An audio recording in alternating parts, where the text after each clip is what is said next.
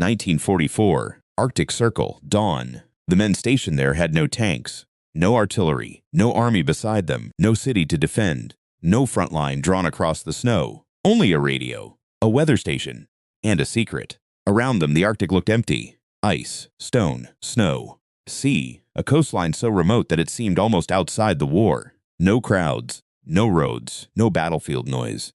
Only the sound of wind moving across frozen ground and the quiet mechanical work of instruments measuring pressure, temperature, wind, and sky. To most people, a weather station sounds harmless. A place for numbers, a place for forecasts, a place for men who watched clouds instead of fighting armies.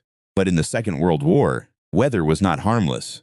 Weather could decide when ships sailed, when bombers flew, when U-boats hunted, when convoys changed course, when an invasion might be possible, when the sea would hide a submarine, and when the sky would betray an aircraft for Germany. Weather was intelligence. A forecast could be a weapon, not a weapon made of steel, not a weapon fired from a gun, but a weapon made of knowledge. Tomorrow's wind, tomorrow's clouds, tomorrow's sea, tomorrow's storm. That is why German planners looked toward the Arctic and North Atlantic, because weather systems often moved across the ocean before reaching Europe, because the side that understood the coming weather could plan the coming war, because in a conflict of convoys, aircraft, submarines, and invasions, the sky itself became part of the battlefield. So Germany sent men into isolation, not to conquer a city, not to hold a ridge, not to raise a flag over a battlefield, but to send numbers through the air, pressure, temperature, wind, cloud, the kind of information that sounded ordinary until someone understood how war could use it. The Arctic seemed to protect the secret. Who would find them there? Who would look for a weather station hidden among rocks, snow, fog, and coastline? Who would know that the small object in the wilderness was part of Hitler's wider war machine? But the Arctic did not keep the secret forever.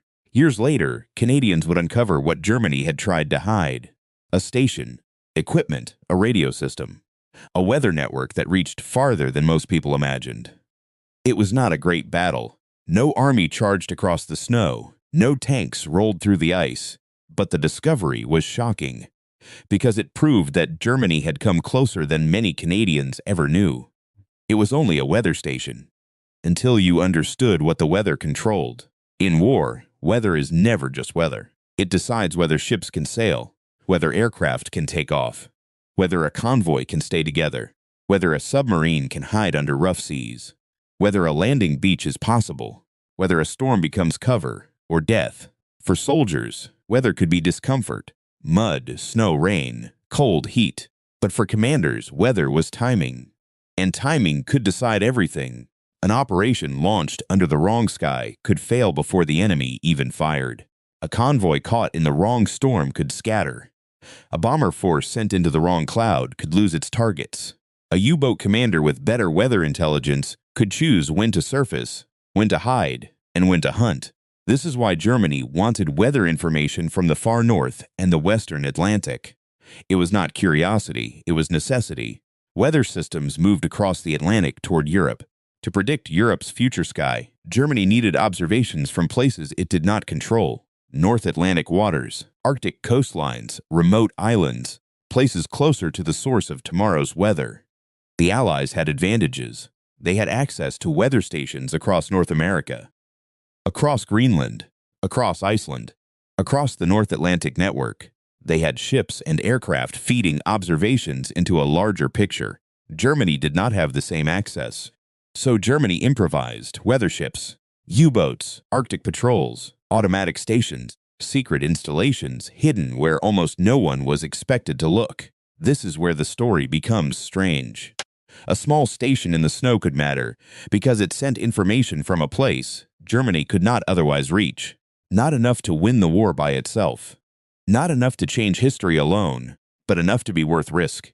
Enough to send a submarine across dangerous waters. Enough to place men and equipment on a remote coast. Enough to hide German technology under false markings and hope nobody noticed. A weather report could look harmless: wind speed, air pressure, temperature, cloud cover. But inside a war machine, those numbers became decisions: naval decisions, air decisions, convoy decisions, submarine decisions. That is why a weather station could become a target. That is why a forecast could become intelligence. That is why Germany looked across the ocean and tried to build a secret eye inside the weather itself. The side that understood tomorrow's weather could plan tomorrow's war. And Germany was desperate enough to risk men, machinery, and a U-boat to steal that knowledge from the Arctic. Germany fought the Second World War with visible weapons, tanks, U-boats, aircraft, battleships, artillery, weapons people could see, weapons people could hear, weapons that left craters, burning ships, wrecked cities, and shattered armies behind them. But behind those weapons was another kind of war, quieter, colder, less famous. A war of information, signals, maps, reports, forecasts, weather. Germany needed forecasts for its naval war. The U-boats needed weather. Surface raiders needed weather. Aircraft needed weather. Convoy hunters needed weather. And because the Atlantic weather systems moved toward Europe, Germany wanted observations from the west and the north. The problem was simple. Germany did not own those places, so Germany built a hidden network. Not one giant base, not one dramatic fortress, but scattered methods of gathering weather information. Weather ships at sea, submarines carrying equipment, remote Arctic stations, automated systems designed to report back without needing a large crew. This is what makes the story so different from a normal battle. The battlefield was not a beach, it was not a city, it was not a trench line, it was a map of weather. A map of pressure systems, storms, winds, and radio signals crossing frozen water. And then came the North American twist. Germany could not control North America, but it tried to steal its weather.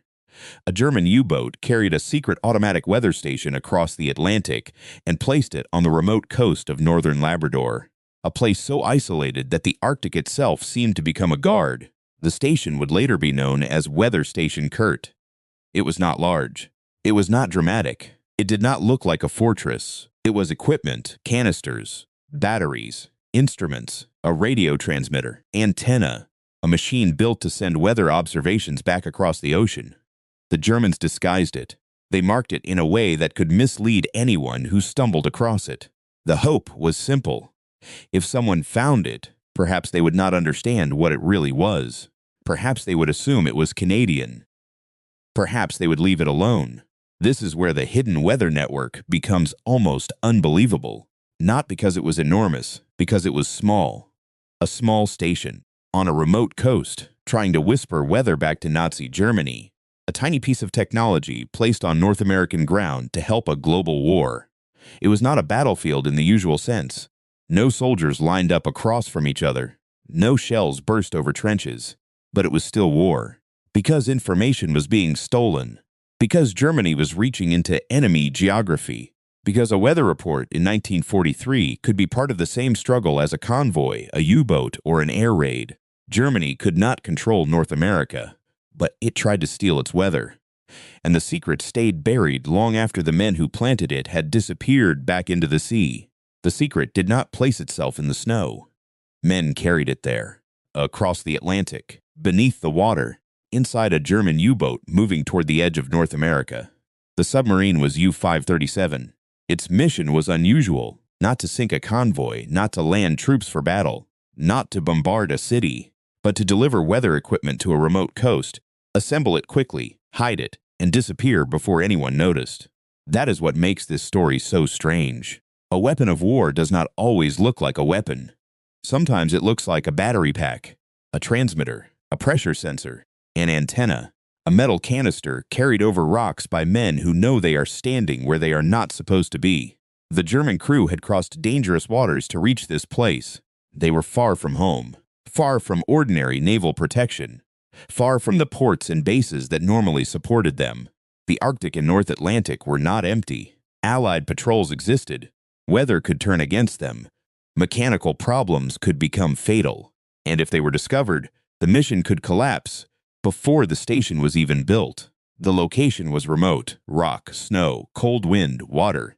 A coastline where the landscape itself seemed designed to erase footsteps. The men moved equipment ashore.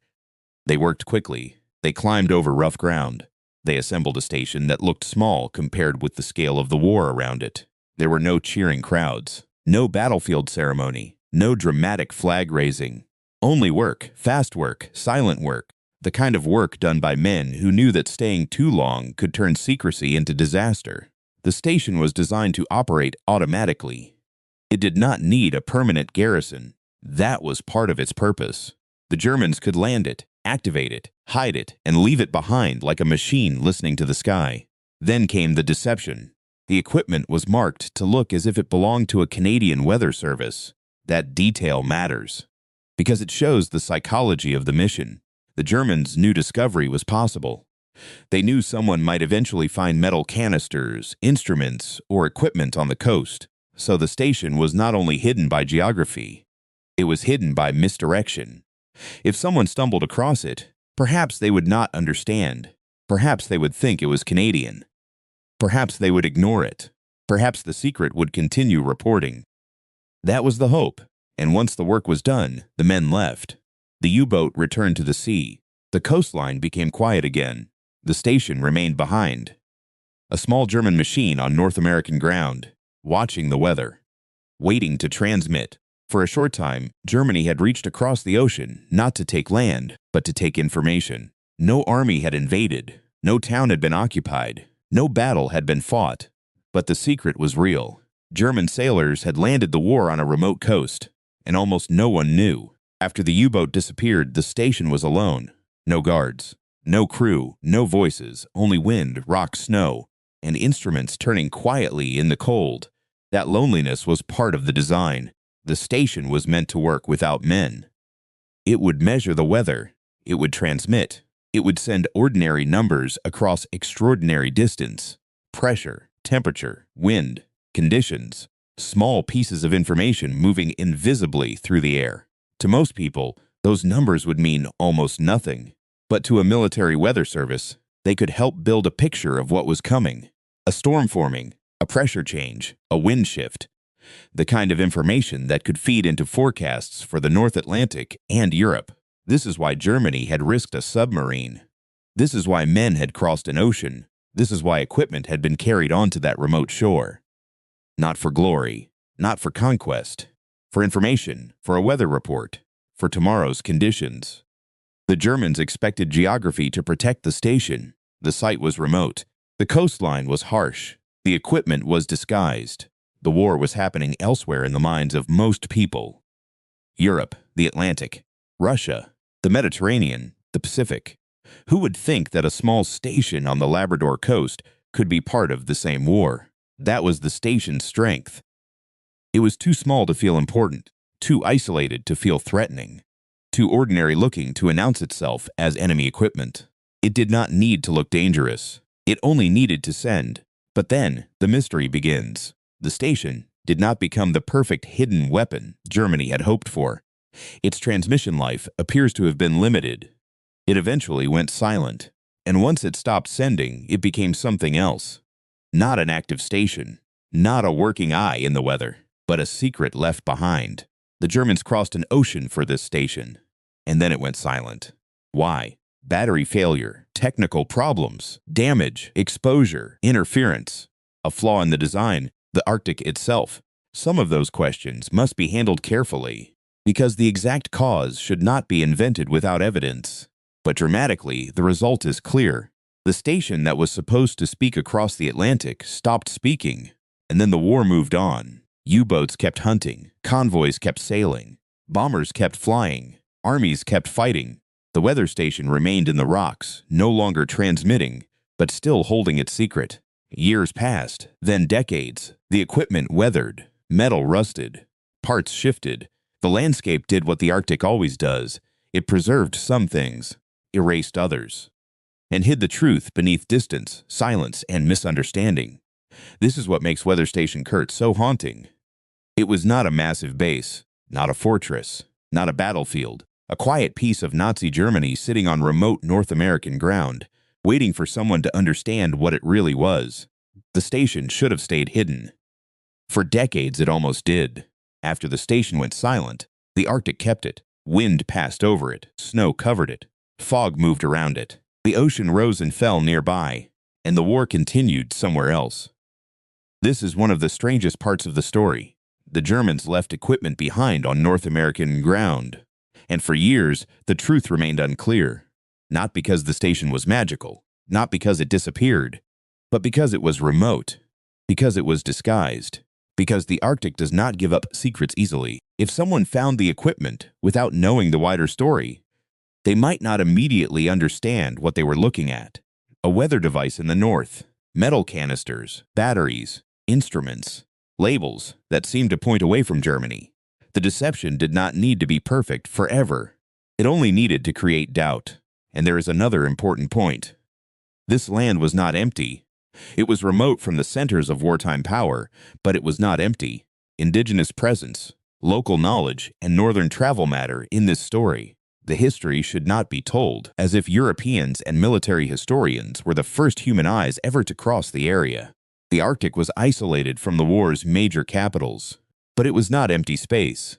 Over time, pieces may have been noticed. The station may have been disturbed, damaged, or partly recognized before official documentation.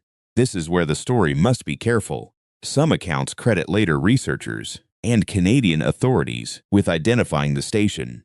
Other discussions point to local discovery or earlier awareness. The script should not erase anyone. The best way to tell it is honestly. The station's remains existed in the north for decades. Some people may have encountered pieces of it, but the full meaning of the site was not formally confirmed and brought into Canadian wartime history until much later. That uncertainty actually makes the story stronger, because the station was not only hidden by weather, it was hidden by interpretation. People could see metal and not know the story. They could see labels and misunderstand the origin. They could see equipment and not realize it had crossed the Atlantic inside a German submarine. The Germans had hoped the station would report. It did not remain useful forever, but the secrecy outlived its function. The radio may have gone silent. The war may have ended. But the secret stayed buried in plain sight. The station was hidden so well that even when people found pieces of it, the truth still stayed buried. And decades later, the hunt would begin again. Not with U-boats, not with invasion forces, but with archives, maps, memory, and Canadians following the clues. Germany still needed the weather. That was the weakness hidden inside the secret. The station in Labrador was not built because Germany was powerful there. It was built because Germany lacked something there. Access, observation, control over the places where tomorrow's weather began. For German planners, the problem did not disappear when one station went silent. The U-boats still needed forecasts. The Luftwaffe still needed forecasts. Surface ships still needed forecasts. Convoy hunters still needed to understand storms, fog, visibility, wind, ice, and sea conditions. The war kept demanding information from places Germany did not own. That is what made the Arctic weather war so fragile. A weather ship could be intercepted. A submarine could be hunted. A flight could be lost. A remote station could fail. A radio signal could be detected. A hidden site could be discovered. A battery could die. A storm could damage the very instruments meant to read it. The Germans had tried to turn the Arctic into an information advantage. But the Arctic did not belong to anyone easily. It punished everyone. German crews, Allied crews, weather observers, sailors, pilots, patrols. The cold, distance, and isolation that protected these stations also made them vulnerable. Once something broke, repair was nearly impossible. Once a station stopped transmitting, it was only metal in the wilderness. This is the psychological turning point. Germany could hide a station in the Arctic, but it could not hide the weakness of needing it. A great military power had sent a U-boat across the Atlantic to place weather equipment on remote North American ground, not for glory, not for conquest, because it needed information, because tomorrow's weather mattered, because without observations from the west and north, Germany was fighting partly blind. The Allies, by contrast, had geography on their side. North America, Greenland, Iceland, Britain, ships, airfields, weather stations, convoy networks. Observers spread across the places where Atlantic weather was born and tracked. This does not mean the Allies knew everything. They did not. Weather forecasting in the Second World War was still difficult, uncertain, human, dangerous. A forecast could still be wrong. A storm could still surprise. But the Allies had access Germany could not easily match. and that forced Germany into risky solutions. Weather Station Kurt was one of those solutions, a machine placed in a wilderness, a secret built from batteries, canisters, instruments, radio parts, and desperation, a station that should have helped Germany listen to the sky, but instead became proof of how far Germany had to reach for information. The weather war was turning against Germany not because one station failed, but because the entire system was under pressure. Allied patrols, Allied intelligence, Allied geography, harsh weather, distance, mechanical failure, and the simple fact that secrets in war rarely stay secret forever. The hidden weather war had begun as German confidence, a belief that the Arctic could protect what Germany needed. But slowly, that confidence became uncertainty. A station gone silent, a report missing, a signal lost, a secret waiting to be found. The station was no longer speaking, but the evidence was still there. And one day, Canadians would follow the clues back to the rocks. The war ended. Germany surrendered. The U-boats stopped hunting. The convoys stopped crossing under the same fear. The armies came home, but in the rocks of northern Labrador, the secret remained. The station had outlived the war, not as a working weapon, not as an active radio voice, but as evidence, rusted, weathered, broken, partly hidden by distance and time. A piece of Nazi Germany still sitting on remote North American ground. For years, the full story was not widely known. That is what makes the rediscovery feel almost like an archaeological mystery, not a battlefield discovery, not a captured bunker, not a surrendered outpost, but a machine in the wilderness, waiting for someone to connect it to the documents, the submarine, and the war that placed it there. Decades later, the clues began to matter. German records, technical details, hints of a station placed in Labrador, a location that did not fit ordinary Canadian equipment. A story too strange to ignore. Canadian researchers and officials began to follow the evidence. This is where the word captured needs to be understood carefully. The Canadians did not storm a guarded weather station in a firefight. There were no German soldiers still waiting there. No shots fired in the snow. No prisoners taken at the site. What Canada captured was the secret, the proof, the physical evidence of a German wartime operation on remote North American ground. The investigation turned the station from rumor into fact. The equipment was not random junk, not ordinary Canadian weather gear, not a forgotten local installation. It was German. It had crossed the Atlantic in a U-boat. It had been placed there during the war. It had been disguised, and it had remained hidden from public memory for decades. This is the moment the mystery becomes real. A map line from Europe to Labrador, a German submarine mission, a weather station in the rocks, Canadian hands documenting what Germany had left behind. The Arctic had kept the secret, but archives began to break it open. The landscape had hidden the station, but paperwork gave it a voice again. The radio had gone silent long ago, but the story began transmitting through history. This is why the discovery matters. Because without recovery and documentation, the station might have remained only metal in the north, a strange object, a half-understood site, a forgotten fragment. But once Canadians followed the clues, the meaning changed.